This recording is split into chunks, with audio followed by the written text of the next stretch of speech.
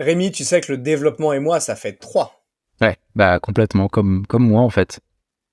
Et pourtant, si je te dis que j'ai réussi à développer un quiz en ligne, multijoueur, avec un système de points, est-ce que tu me crois? Pas du tout, zéro crédibilité. Et pourtant, j'ai réussi. Et tu sais comment? Non. Grâce à ChatGPT 4. Bonjour et bienvenue sur encore un podcast tech. Une sélection du meilleur de la tech une fois par semaine. Salut Greg, comment ça va? Ça va toi, Rémi?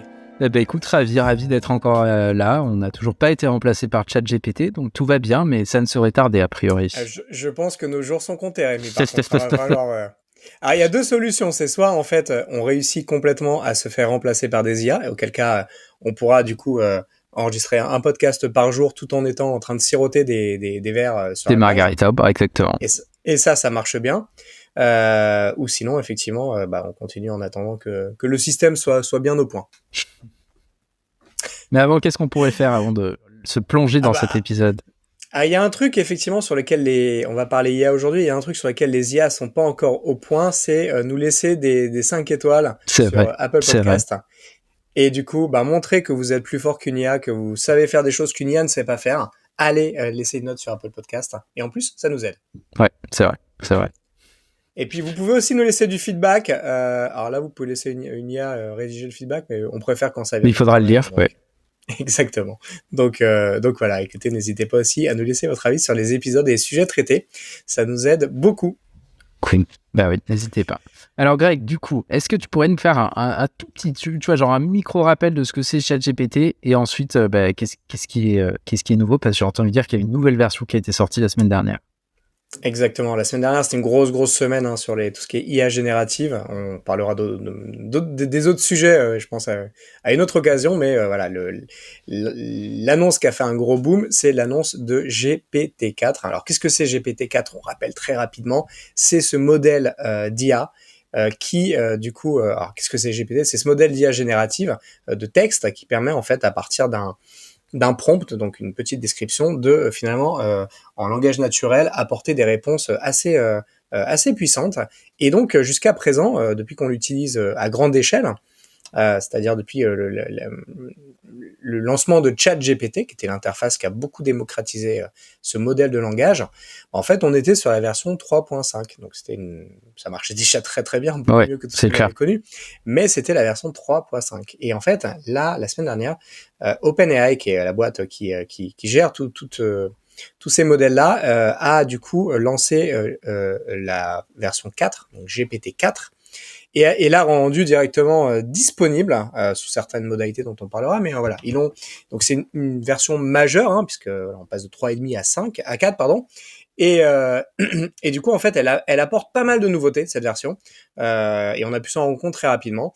Si je dois résumer très rapidement ce qu'elle présente, elle permet déjà de mieux comprendre les nuances, le langage naturel, et finalement d'avoir un ton un peu plus naturel que pouvait l'avoir la précédente version. Il y a aussi une nouveauté, c'est que du coup il va être beaucoup plus prompt à copier un style de texte. Donc ça c'est hyper important, on en reparlera peut-être, mais voilà, le fait d'être capable d'apprendre à partir d'un échantillon de texte et de reproduire, il va être bien meilleur là-dedans. Il devient multimodal. Qu'est-ce que ça veut dire multimodal? C'est qu'il va accepter des instructions de plusieurs formats. Donc, un des exemples qui a été présenté, c'est, alors jusqu'à présent, c'était surtout du texte. Et GPT-4 permet également d'avoir en input des images, par exemple, et donc de décrire et de réagir à des images. Et ça ouvre plein de possibilités dont on parlera aussi, mais du coup, c'est vraiment un changement d'échelle dans ce que cette IA générative permet. Et puis elle permet de générer des textes plus longs, ça c'est hyper important. Donc ça limite encore moins la quantité de textes qu'on peut sortir.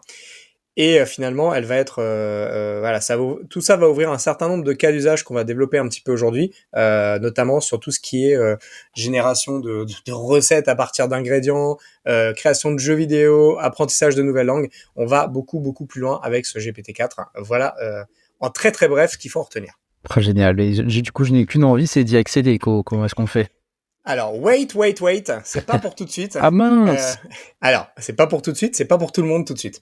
En fait, quand ils ont sorti la version 3.5 avec ChatGPT, tout était accessible gratuitement directement. Auparavant, c'était pas le cas. Auparavant, fallait passer par les API et du coup, c'était quand même fallait passer par des applications qui interrogeaient le modèle. ChatGPT nous a mal habitués parce que ça a mis ça dans les mains de tout le monde. Fallait juste avoir un compte sur OpenAI et donc ça va assez vite. Là, aujourd'hui, pour accéder à GPT-4, il y a deux manières, à ma connaissance. Et, la première, c'est d'être membre GPT+. Donc GPT+, c'est un petit club qui est pas très très fermé. Ça fait carrément au club, ouais. Non, Être membre GPT+. Je savais pas que ça s'appelait GPT+, mais c'est la classe. Exactement. Donc GPT+, c'est un petit club qui permet moyennant un droit d'entrée de $24 par mois, de pouvoir accéder à l'intégralité de ChatGPT sans limite en fait. Donc, je sais pas si tu l'as remarqué, toi qui payes pas la version plus, c'est que c'est de moins en moins ou malin. Ouais. C'est que du coup c'est de moins en moins accessible. Souvent quand tu essaies de te connecter, on te dit que le système il est surchargé, donc faut revenir un peu plus tard. Enfin, je sais pas toi, mais moi ça m'arrivait pas mal. Et étonnamment, non, depuis que tu m'as donné la technique de rafraîchir la page comme un bourrin, déconnecte-toi, reconnecte-toi, franchement, moi, ça fait 2-3 semaines que je l'utilise quasiment tous les jours, alors pour des petits trucs, mais ça fait longtemps que j'ai pas été en panne devant la page, alors que ça m'arrivait régulièrement avant. Ok, donc écoute, tant mieux pour toi. Ouais. Du coup, la version plus, en fait, elle offre un accès sans limite et prioritaire à l'application. Et puis, du coup, elle t'offre désormais la possibilité de générer des résultats avec GPT-4. Et ça, c'est intéressant, pour le coup. Et ça, c'est intéressant. C'est ça qui pourrait me faire craquer, je pense. Exactement. Et donc l'autre option, c'est de passer par les API. Donc il y a quelques semaines en fait, OpenAI a ouvert les API. Alors au début c'était de GPT 3.5, mais désormais c'est également le cas de GPT 4. Qu'est-ce que c'est les API? C'est vraiment d'être capable d'aller interroger directement le moteur d'OpenAI via une application tierce. Alors ça c'est un petit frein à l'entrée parce que c'est moins user friendly que ChatGPT. Pour autant, tu peux via différentes applications utiliser les mêmes fonctionnalités pour une fraction du prix, puisqu'en fait tu vas payer à la requête et c'est quelques centièmes ou millièmes de centimes par requête. C'est rien. C'est assez dérisoire. Moi j'ai fait le calcul, c'est que il faudrait que je génère 2000 requêtes par mois ou quelque chose comme ça pour arriver à $20 de crédit dépensé. Donc je pense que moi à partir du mois, j'ai déjà résilié GPT+, donc à partir du mois prochain, je passerai par l'API directement pour faire mes requêtes. Sauf qu'aujourd'hui, l'API ne te permet pas à tout le monde d'accéder à GPT-4. Il faut s'inscrire sur une liste d'attente. Ouais. Et dès que c'est bon, tu y accèdes comme tu accèdes au reste. Ouais. Mais du coup, tu payes à l'usage. C'est le principe de l'API, c'est que tu payes à l'usage. Là où pour $24 par mois, tu payes tes no limites. Tout à fait. Et sachant que du coup, c'est toi qui m'as donné l'astuce, il y a des gens qui ont développé des interfaces type qui ressemblent à ChatGPT, où justement vous mettez juste le numéro de votre API et vous pouvez l'utiliser comme si vous utilisiez ChatGPT. Et donc au final, ça devient assez facile de pouvoir utiliser ça, l'API et payer moins cher que GPT+, sachant que ces outils-là rajoutent aussi des options. Genre là, celui que tu m'as vendu, ça s'appelle typingmine.com. Et lui, il essaye de faire passer en payant. Donc, vous avez une offre qui, je pense, s'il rajoute des features, c'est pas abusé. Je crois que c'est 39 ou $49 à vie, la licence à vie. L'interface est plutôt chouette. Et ce qu'il propose, c'est que GPT, on peut lui demander de se mettre dans la peau de quelqu'un, donc d'un professeur, d'un marketeur, d'un scientifique, pour que l'explication qu'il va nous donner en fonction de la question ou du prompt qu'on lui a donné soit axée dans ce sens. Et ça, c'est préintégré à la solution, donc ça peut faire gagner du temps. Donc on verra. Moi, si j'utilise beaucoup, peut-être que je pourrais craquer. En fait, voilà, du coup, en tout cas, c'est juste une interface qui ressemble à ChatGPT qui permet d'y accéder. Faut juste rentrer sa clé, finalement, qui est un identifiant unique. Et ça, une fois que tu l'as fait une fois, tu peux utiliser l'application gratuitement, et puis tu as une version payante si tu veux rajouter quelques fonctionnalités. Ça, c'est plutôt cool, et c'est ce que je vais utiliser moi à partir de dans les prochains jours, puisque mon abonnement arrive à expiration, et puis je vais tester ça pendant un mois pour voir si ça me satisfait autant. Donc voilà, ça c'est Mais ce qu'il faut retenir, c'est que GPT-4, globalement, c'est beaucoup plus puissant. Par contre, c'est aussi plus lent, ça c'est important. C'est que voilà, c'est un modèle qui ça va un peu de pair, hein. Il demande plus de puissance, il est plus précis dans la qualité de ses résultats. Par contre, effectivement, la génération prend un peu plus de temps. Je te disais juste avant de commencer en rigolant, ça prend toujours moins de temps que de le faire soi-même. Mais par contre, voilà, faut juste avoir ça en tête. Et puis, il est aussi plus cher, dans le sens où, quand tu regardes les tarifs des API, il est beaucoup plus cher. Alors, ça reste dérisoire, mais il est 3 ou 4 fois plus cher, je vais pas dire de conneries, qu'une requête via GPT 3.5. Et d'ailleurs, aujourd'hui, quand tu es sur GPT+, tu es pas no limite, en fait, dans les requêtes. Tu peux en faire 25 messages toutes les 3 heures. D'accord. Heures. Et en fait, c'est une limite qui n'arrête pas de se réduire. Quand ça s'est lancé la semaine dernière, c'était 100 messages toutes les 3 heures. Ouais. Ensuite, c'était 50 messages toutes les 3 heures, et là c'est 25 messages tous les 3 heures, et le petit message, c'est qu'ils te disent c'est susceptible de se réduire à mesure qu'on ouvre les vannes. Donc ce qu'il faut retenir, c'est que ça, voilà, c'est beaucoup plus exigeant en ressources, et du coup forcément ça va être de plus en plus limité. donc à un moment donné, il faudra vraiment bien choisir son message. C'est clair, ouais, c'est clair. Donc peut-être qu'ils vont faire un club chat GPT++. Ah ben ça, plus pro ou Ultimate. Plus max, je vois très bien le truc venir. Donc voilà, ça c'est ce qui nous pend au nez, mais en tout cas pour l'instant on est bon. Ok, du coup, est-ce qu'on parlerait pas un petit peu des cas d'utilisation? Oui, rentrons un peu dans le concret, ce qui nous a fait tomber de notre chaise, pour ne pas être vulgaire, depuis les annonces, et c'est fou parce que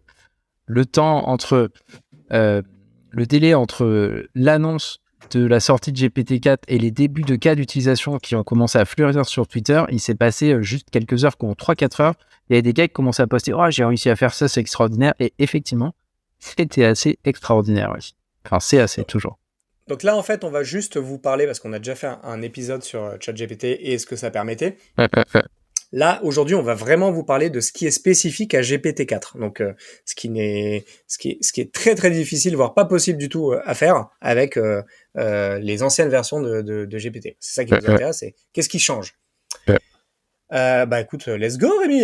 Let's go. Est-ce qu'on commencerait pas, on enregistre cet épisode à l'heure du repas. Est-ce qu'on ne commencerait pas par parler bouffe et cuisine? Exactement. Justement, on a un utilisateur sur Twitter qui s'appelle Sudarshan, qui a il a ouvert son frigo, il a pris une photo, il a donné la photo à GPT-4, et bim, GPT-4 lui a donné des recettes de cuisine en fonction de ce qu'il y avait dans son frigo. Ça, c'est le premier cas d'usage concret et qui est ultra utile, en fait. C'est génial. Donc ça fait mal. Ouais. Ça fait mal. Et bon, on l'avait dit précédemment sur ChatGPT, on peut du coup lui dire, voilà, génère-moi un plan de recette pour la semaine si je suis végétarien et que je mange pas tel aliment, ou si j'ai tel et tels ingrédients dans mon frigo. Mais du coup, fallait quand même faire le décrire. Là, c'est vraiment, ça tire parti du côté multimodal. C'est je rentre une image en information, donc une photo du frigo, et derrière, il va identifier les éléments. J'imagine avoir une idée des quantités également. Et puis derrière, générer, du coup, comme si on lui avait décrit ce qu'il y avait sur l'image, du coup, une réponse. Donc, on saute cette étape de description de ce qu'il y a sur l'image. Et là, ça ouvre effectivement énormément de possibilités. Tu pourrais tout à fait imaginer, t'es au marché ou t'es au supermarché ou juste t'es devant ton frigo. T'as une app qui scanne directement ton frigo et ça te sort les recettes, quoi. Donc ça, voilà, ça, en gros, c'est possible. Faut juste, comme beaucoup des cas dont on va parler aujourd'hui, tout est possible au moment où on parle. Il y a zéro bullshit. Par contre, voilà, il y a peut-être un sujet de packager ces expériences dans des applications qui vont finalement rendre cela accessible au plus grand nombre et avoir une expérience un peu plus polissée. Mais en tout cas, tout ce dont on va parler là, ça existe et c'est possible au moment où on parle. Je pense important à le dire, surtout que c'était complètement inconcevable il y a 2 semaines, quoi. Ouais, c'est ça qui est incroyable. Déjà, quand on était sur le cul, quand on disait, vas-y, notre exemple, donne-moi quelques recettes, comme tu disais, en étant pour manger healthy pour une famille de 4, et puis ils nous sortaient, nous, on était, waouh, c'est génial. Là, c'est n'importe quoi. Et c'était il y a même pas 2 mois, quoi. Ouais, donc, voilà, c'est aussi pour dire à quelle vitesse les choses bougent. C'est clair. Une fois qu'on a mangé, il faut on se relaxe. Se reposer, on se relaxe un peu, et du coup, pourquoi pas créer un jeu vidéo. Et donc là, c'est Javi Lopez, ou plutôt Ravi Lopez, qui a créé un prototype en 3D de jeu vidéo, un peu comme sur le modèle de Doom. Donc Doom, pour ceux qui n'étaient pas nés à l'époque, c'est un jeu de tir à la première personne où on est dans en 3D dans un espèce de labyrinthe, et on tire sur des diables et des trucs comme ça.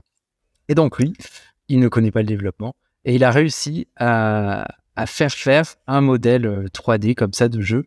Alors très basique, on vous mettra les liens en description, mais n'empêche qu'on voit très bien les couloirs, on peut se promener en tant qu'utilisateur dedans, et tout ça, il l'a fait juste en donnant quelques ce qu'on appelle les prompts, donc les questions, à GPT-4, en lui disant, par exemple, bâtis-moi un truc en 3D, un jeu vidéo en 3D dans lequel je peux me balader. GPT-4 lui a donné le code, il a copié-collé. Quand il y avait quelques erreurs, il demandait à GPT-4 en disant, tiens, voilà l'erreur que j'ai, comment est-ce qu'on corrige? GPT-4 le corrige, et ainsi de suite, en arrivant à un prototype de jeu vidéo plutôt fou, quoi, en quelques heures, quoi. Voilà, donc c'est vraiment zéro connaissance technique qui ont permis de réaliser cela. Donc, après, il met ça dans les bons outils de développement, et puis ça génère en fait, le jeu. Donc ça, c'est complètement délirant. Ouais. Autre exemple, on va parler d'un sujet que j'aime bien, tout ce qui va améliorer l'accessibilité et rendre service aux personnes malvoyantes notamment. Exactement. C'est Be My Eyes qui est une application qui, justement, je pense, fait un petit peu la même chose que pour le frigo, mais encore plus utile et pour tout le monde. C'est que ils ont créé un assistant numérique qui s'appelle Virtual Volunteer, et qui en fait va scanner le monde. Donc par exemple, vous êtes malvoyant, vous sortez l'application et vous scannez, je sais pas, ce que vous avez devant vous. Et grâce à GPT-4, l'application va vous décrire ce qu'elle voit en fait.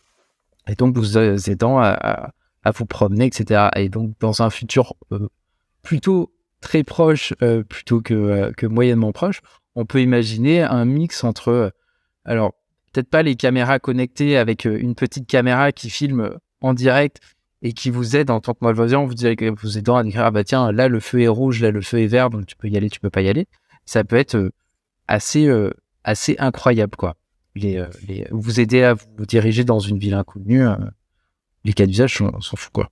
Exactement. Alors, Be My Eyes, pour info, je sais pas si tu savais ça, Rémi, mais c'est une appli qui existe depuis quelques années et en fait qui proposait, c'était une sorte c'est une appli d'aide, et donc une personne malvoyante pouvait faire appel à un volontaire, et donc ça mettait les gens en relation, et du coup, toi, en fait, tu décrivais à la personne qui t'appelait ce qu'elle voyait, en fait. Oh là là, ouais. Génial. Donc en fait, ça existait déjà, sauf que forcément, il fallait avoir ce réseau de volontaires, fallait savoir que ça existe, fallait que la personne soit dispo, fallait qu'elle parle la même langue, enfin plein de freins finalement à l'adoption. Là, en fait, ce que va permettre l'IA via GPT-4, c'est en fait se débarrasser du tiers humain qui va interpréter ce que la personne voit. C'est-à-dire qu'en fait, la simple caméra du smartphone permettra de scanner une scène et puis de décrire de manière vocale ce qu'il y a, parce que oui, ça c'est décrit. Si ça décrit en texte, étant donné que la personne est malvoyante, ça va pas servir à grand chose.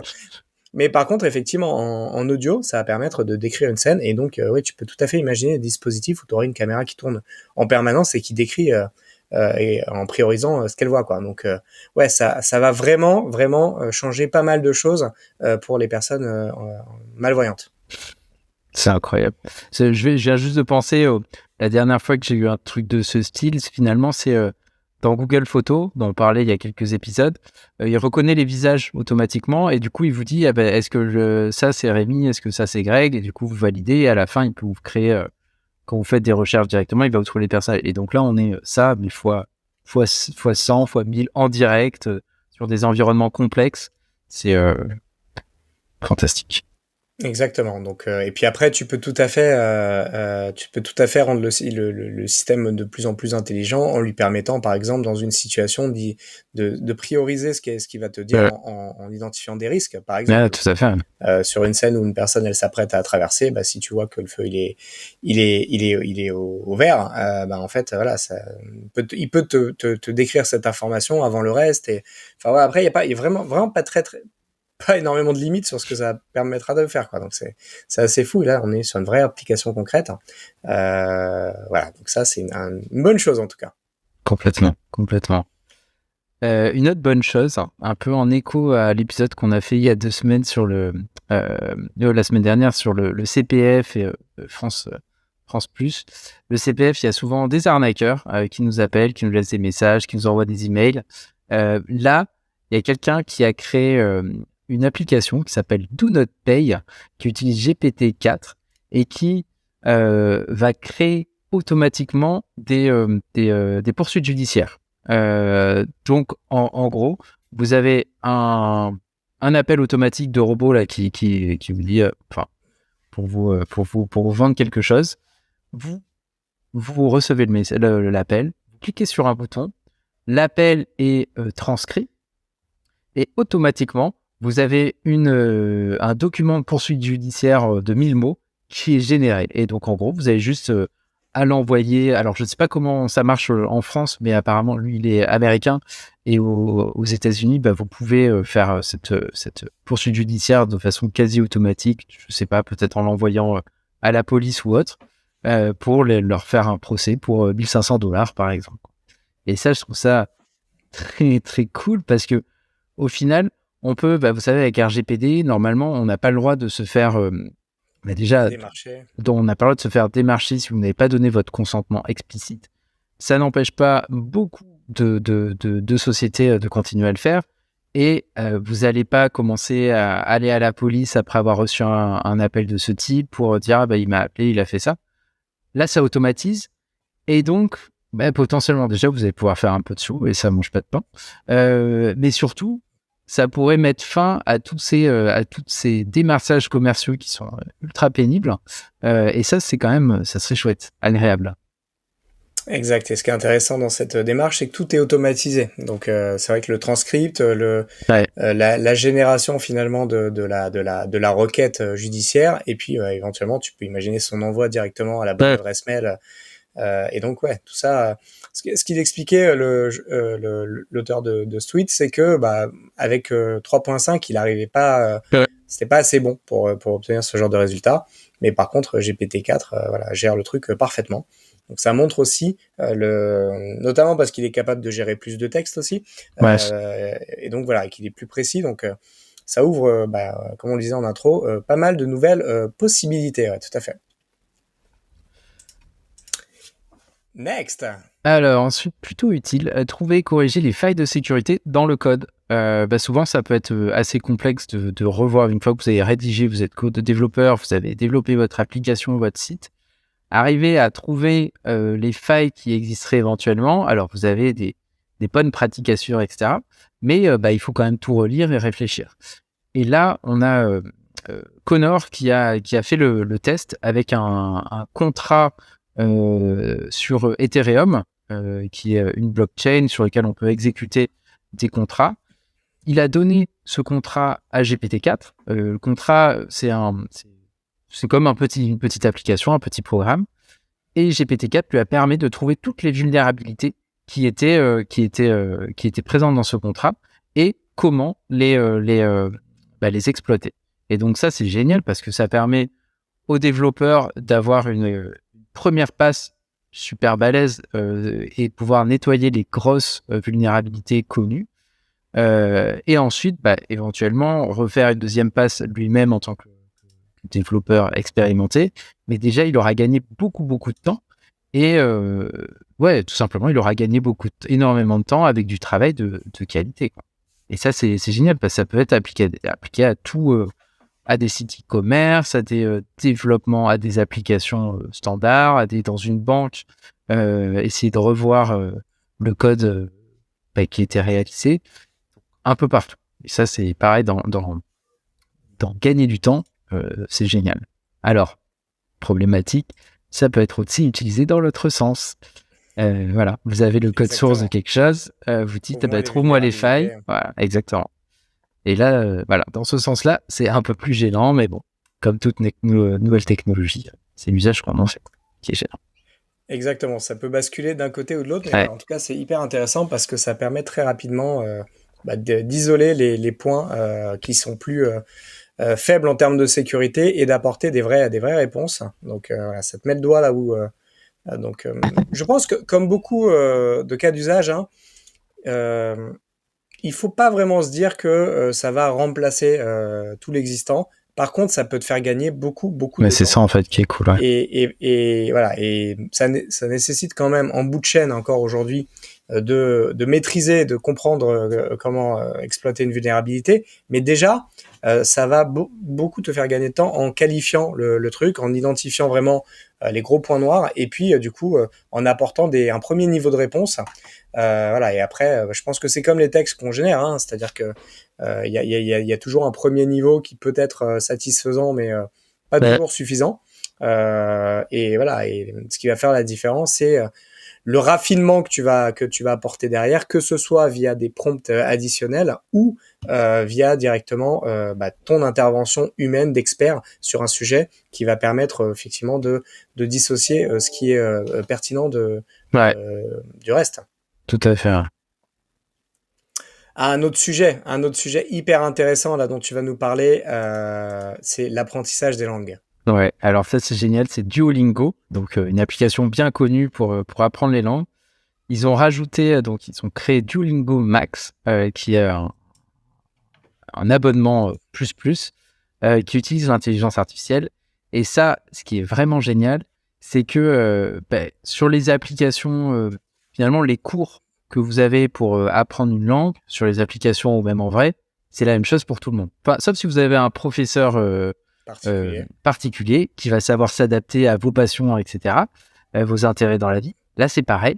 En lançant ça, en fait, vous avez une sorte de tuteur intelligence artificielle avec lequel vous allez pouvoir parler de ce qui vous intéresse vraiment. Et comme il fonctionne sur l'intelligence artificielle, il a accès à un corpus infinitésimal de choses, il peut complètement s'adapter. On peut imaginer apprendre l'espagnol avec un prof fan de Star Wars si vous-même êtes fan de Star Wars.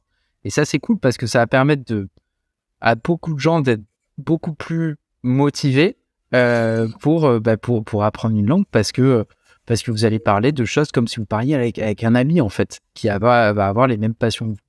Et ça, je trouve c'est une utilisation super intéressante.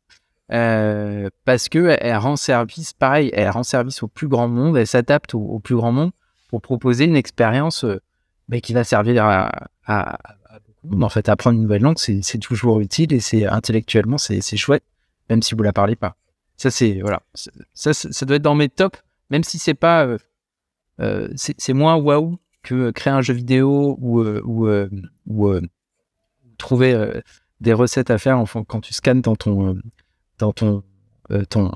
frigo, pardon. Mais c'est chouette, quoi. Parce que, en fait, je pense que ce qui est pas waouh, c'est qu'on se dit, c'est normal, c'est une interface de chat. Mais ce qu'il y a derrière, c'est assez incroyable. Oui, et puis en fait, je pense que ce qui te hype beaucoup, Rémi, là-dessus, c'est les perspectives que ça ouvre derrière, parce qu'en fait, là, potentiellement, un truc comme ça révolutionne. Et moi, franchement, j'ai pas peur du mot, l'éducation, parce qu'en fait, là, tu passes en fait, ça nous montre ce à quoi ça va ressembler dans le futur. Et c'est la première fois que je le matérialise de cette manière. C'est-à-dire concrètement, le one-to-one devient une réalité. C'est-à-dire que le prof aujourd'hui, ce qu'on attendait de lui, c'était à partir de faire le gap entre les connaissances que je dois acquérir et les connaissances que j'ai en début de leçon. Et en fait là, du coup, ça avait des limites. Hein, si tu es dans une classe où il y a plein de personnes, enfin il y a plein de limites. Et en fait, on se rendait compte.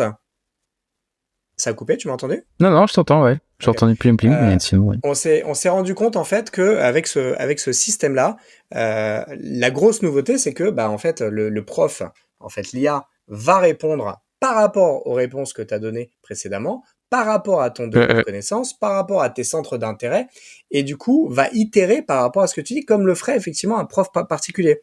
Sauf que ce prof particulier, il est dispo 24/24, il est dans ta poche. Donc Duolingo montre en plus le côté multilingue que permettent les IA. Mais voilà, je pense que globalement, si tu tires un peu le trait, ça peut potentiellement révolutionner l'approche du cours particulier. C'est qu'en gros, ça sera une IA qui te fait ton cours particulier parce que elle est capable en live, de te poser des questions et d'attendre des réponses. Et aujourd'hui, ça se fait via du texte. Demain, ça va se faire via de l'audio. Donc en fait, voilà, ça va vraiment aller très très vite là-dessus et on va rentrer dans un niveau de personnalisation et qu'on va retrouver dans plein d'autres endroits. On va le retrouver, on le voit beaucoup de cas d'usage apparaître, notamment dans tout ce qui est rencontres en ligne également. Tu commences à avoir effectivement des personnes qui ont trouvé des modèles où ça va t'analyser des profils et puis par rapport à des choses que tu vas rentrer finalement mesurer de la compatibilité. Enfin bref, tu vas avoir plein de cas d'usage basés sur la personnalisation qui vont être rendus possibles aujourd'hui out of the box par plein d'applications. Parce qu'en fait, précédemment, pour faire de la personnalisation, il y avait en fait plusieurs manières jusqu'à présent. C'était soit tu as un système un peu bête avec des règles. C'est-à-dire tu dis bah si une personne fait ça, alors elle est intéressée par ça, donc je lui propose telle information. Et ça, du coup, bah, la limite, c'était que ça captait pas beaucoup de nuances. Il fallait vraiment que la personne elle rentre dans les cases que tu avais préalablement définies. Et puis finalement, voilà, tu mettais les gens quand même dans des cases. Et puis l'autre cas, c'était de développer des algorithmes assez complexes qui permettaient du coup d'apprendre et puis de proposer des choses.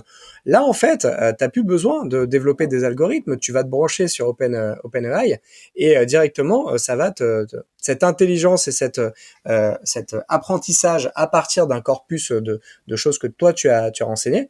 Bah en fait, le job va être fait automatiquement via GPT et ça ouvre plein de possibilités, je trouve. Complètement. Mais donc, est-ce que ça ferait pas un petit peu peur tout ça? Écoute, tu le disais tout à l'heure, hein, toutes les technologies, on peut les détourner et en fonction de l'usage qu'on va en faire, ça peut être anxiogène ou au contraire plein d'espoir. Bon, je pense que personnes qui écoutent le podcast auront compris que nous on est plutôt dans cette deuxième catégorie. On est plutôt très hypé chaud. Chaud. Mais trop en fait, même trop. Moi, ce que je vois, c'est qu'il y a tellement de voies devant nous, de possibilités, qu'au final, je suis bloqué tellement. Enfin, je teste des petits trucs à droite à gauche, mais il y a trop un champ des possibilités qui est tellement vaste que moi, ça me laisse pantois. Ouais, en fait, vraiment, il y a quelques semaines, moi, je disais que j'associais ce qui est en train d'arriver avec les AI à ce qu'on a connu avec l'iPhone il y a quelques années. En vrai, je suis même pas certain que ce soit de ce niveau-là. Ouais. Et je suis même pas certain même que ce soit au niveau de ce qui a entraîné l'arrivée d'Internet.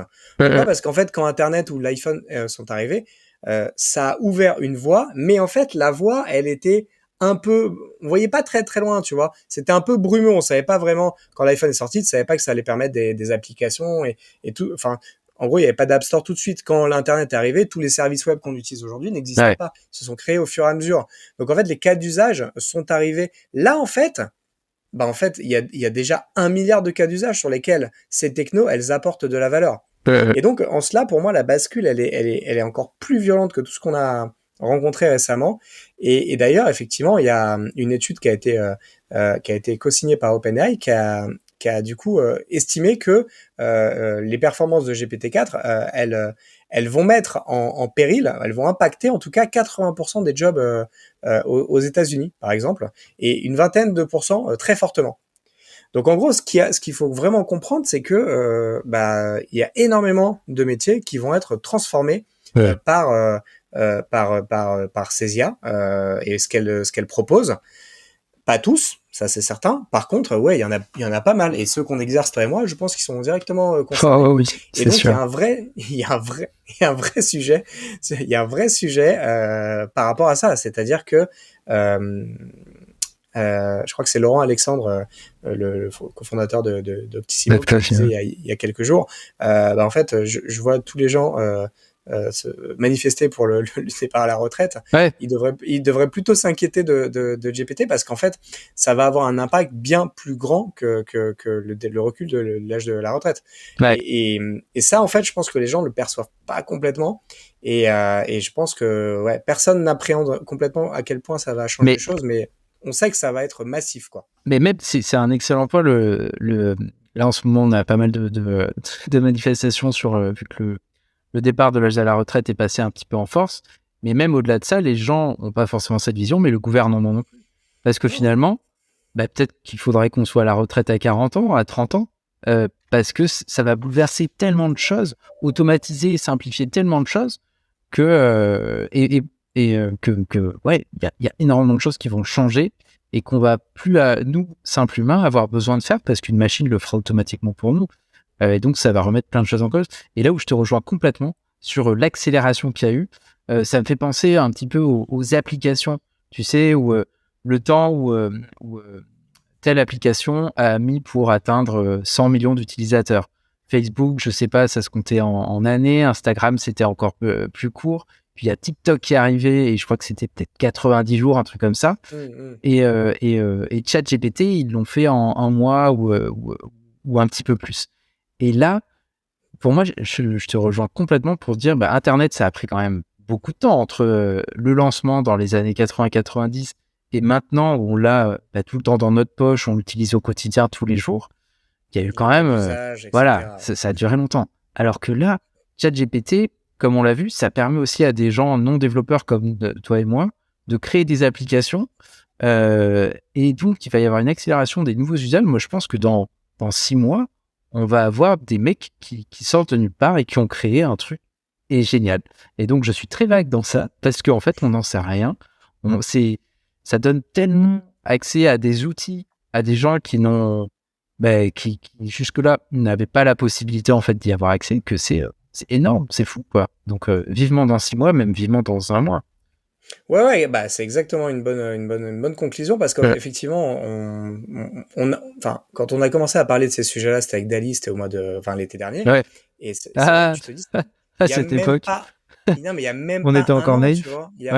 C'est fou, ouais. On s'est pris une grosse gifle. Ouais. Tu vois, à l'échelle de 6-8 mois, à l'échelle de la tech, c'est rien, quoi. Ouais. Et c'est même pas ce qui sépare la sortie de 2 iPhones, quoi. Et en fait, tu te dis, mais en fait, à quel niveau les choses ont accéléré et comment ça va tout changer.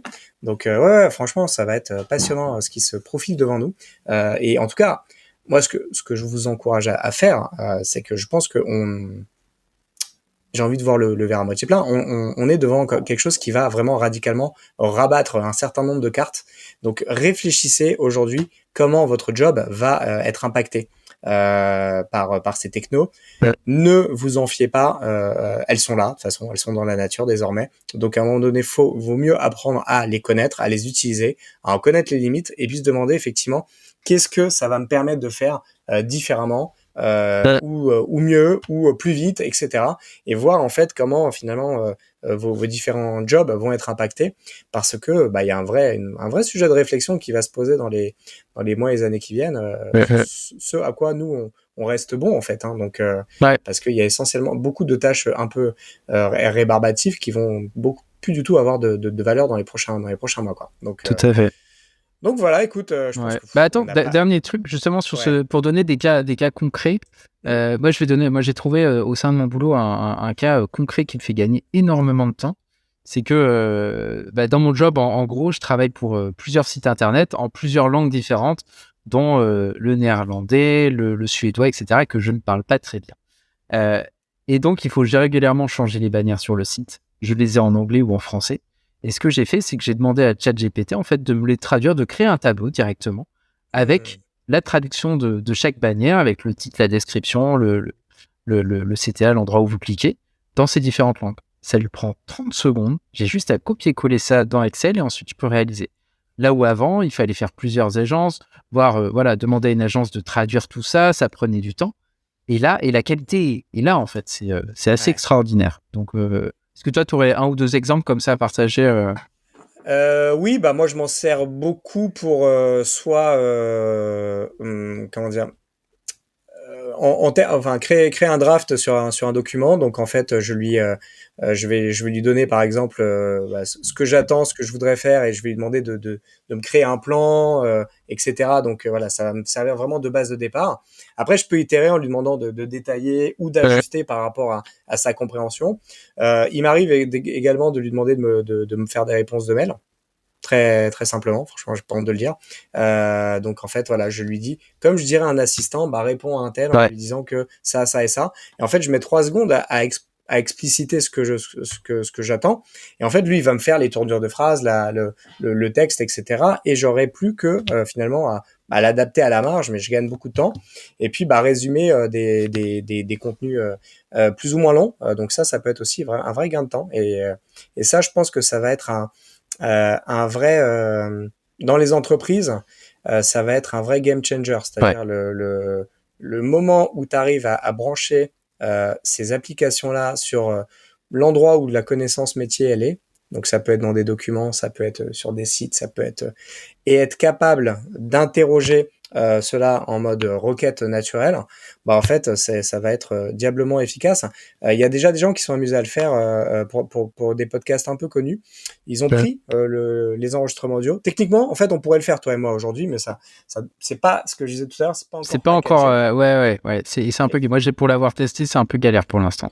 Mais voilà, en fait, ce que ça permettrait, c'est, en gros, tu donnes notre podcast, ok, t'as un audio, t'appuies sur un bouton, ça te sort un script, t'appuies sur un autre bouton, ça te résume ton script en substance, comme le ferait Chat, et derrière, tu peux Chat. brancher, en fait, ton moteur de connaissances là-dessus, et donc, bah, tu dis, bah, qu'est-ce que Greg et Rémi pensent des IA génératives en termes de cas d'usage, et en fait, ça irait chercher dans Ouais. les épisodes, là où on a parlé, qu'est-ce qu'on a dit, etc. Et ça à partir d'un contenu qui est à l'origine de l'audio. Donc imagine sur des documents qui existent, et Ah, mais imagine, c'est parfait. voilà, Enfin, ça va être redoutable et du coup bah ça va adresser vraiment le sujet de la gestion de la connaissance qui demandait jusqu'à présent d'être très structuré, de rentrer les choses dans des cases, de les taguer correctement, d'avoir des bons mots. Là c'est terminé en fait. Tu vas mettre à plat ta connaissance et en fait juste avoir un robot qui est capable de lire et de le retranscrire. Ça sera en plus ouais. multilingue par défaut. Donc en fait, enfin voilà, il va y avoir vraiment des cas d'usage dingues quoi.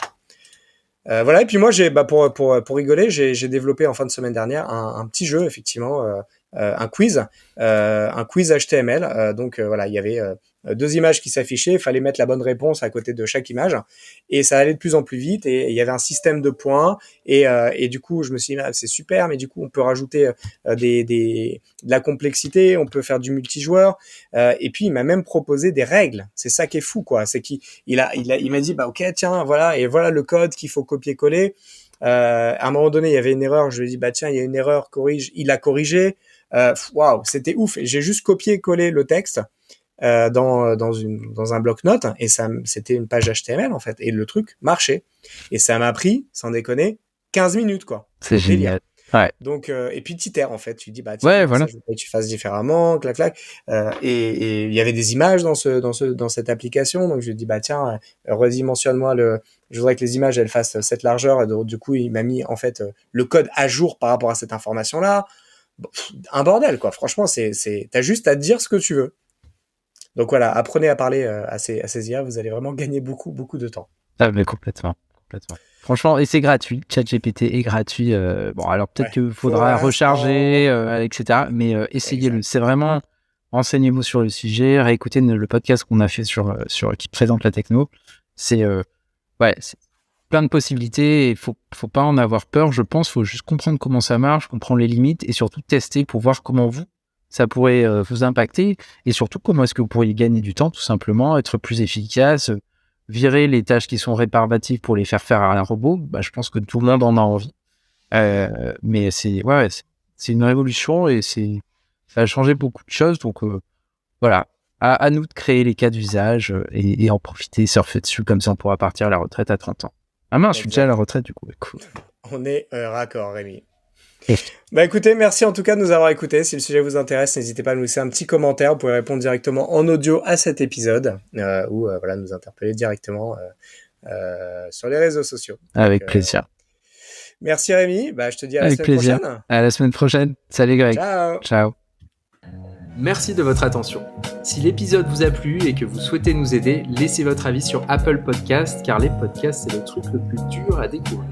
Pour recevoir chaque nouvel épisode à sa sortie, abonnez-vous sur encoreunpodcast.tech. Vous pouvez également vous abonner à nos newsletters gregtayeb.substack.com et lebrief.tech.